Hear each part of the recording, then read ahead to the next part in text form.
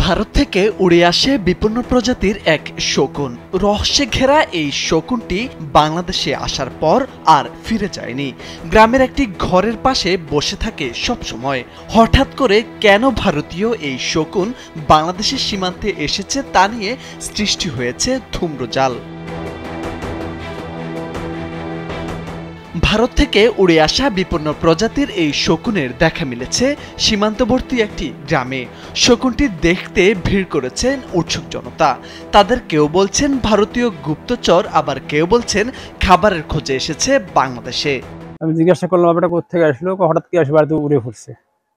বন্যপ্রাণীরা আসলে এর খাদ্য হচ্ছে গরু, ছাগল, গোস্ত, বিভিন্ন পশা মাছা খায়।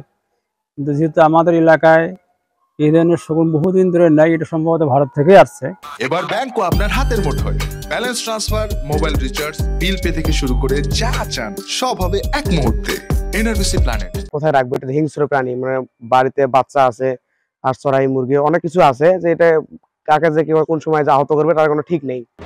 শকুনটির দেখা মিলেছে কুড়িগ্রামের রৌমারী উপজেলার শোলমারী ইউনিয়নের ডাঙ্গুয়াপাড়া গ্রাম সীমান্তের মাসুম মিয়ার বাড়িতে।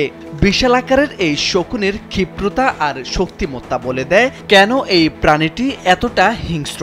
তবে মাসুম মিয়া জানান, শকুনকে খাবার খেতে দিলেও খায় না, উড়েও যায় না, ঘরের মধ্যেই থেকে যায়। তাই নিরাপত্তার কথা ভেবে পা বেঁধে রেখেছেন তিনি। নিজে থেকে একটু আগ্রহ করে তারে নিয়ে, অথবা আমার একটা ছোট ভাই সহ তারে নিয়ে পায়ে রশি বেঁধে রাখছি। দেখার পরে আমি চিন্তা ভাবনা করলাম এর তো কিছু খাবার দেওয়া লাগবে বা খাবার দেওয়া লাগবে। তো আমি আমার পুকুর থেকে কিছু মাছ ধরছিলাম, ধরে ভাবলাম যে সে মাছ খায়, ধরে একটা বলে করে মাছগুলো তার সামনে দিয়েছি। খায়নি, মানে তার কোনো রেসপন্স না যে খাবে কিনা, হয়তো সে নার্ভাস বা সে দুর্বল বা সে অসুস্থ, সে খাবে না। আক্রমণকারী প্রাণী হয়তো হুট করে কাউকে আক্রমণ করতে পারে। এদিকে কুড়িগ্রাম সহকারী বন সংরক্ষক কর্মকর্তা মোহাম্মদ রাশিদ আরিফ জানান, রৌমারী সীমান্তবর্তী এলাকা হওয়ায় শীতকালীন সময় খাবারের সন্ধানে ভারতীয় সীমান্ত থেকে প্রবেশ করে, আবার সীমান্তের দিকে যাওয়ার সময় আটকা পড়তে পারে প্রাণীটিকে প্রাথমিক চিকিৎসা দিয়ে সংরক্ষণ অথবা অবমুক্ত করা হবে।